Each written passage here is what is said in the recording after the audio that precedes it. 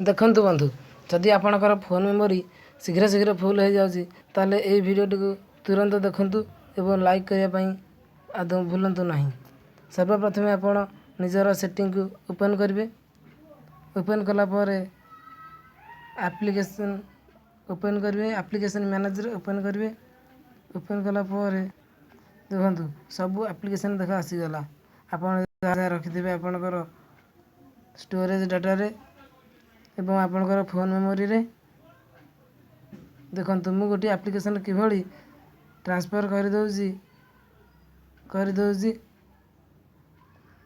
S D କାର୍ଡ଼କୁ।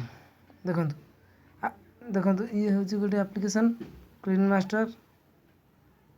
Open କଲା ପରେ ଷ୍ଟୋରେଜ୍ ଅପସନ୍କୁ ଯିବେ।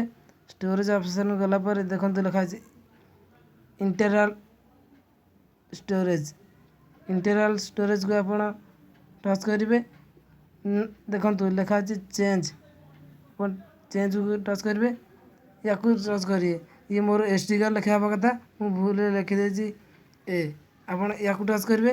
ଟଚ୍ କଲା ପରେ ତାପରେ ଦେଖିବେ ମୁଭ୍ ଲେଖା ହେଇଛି।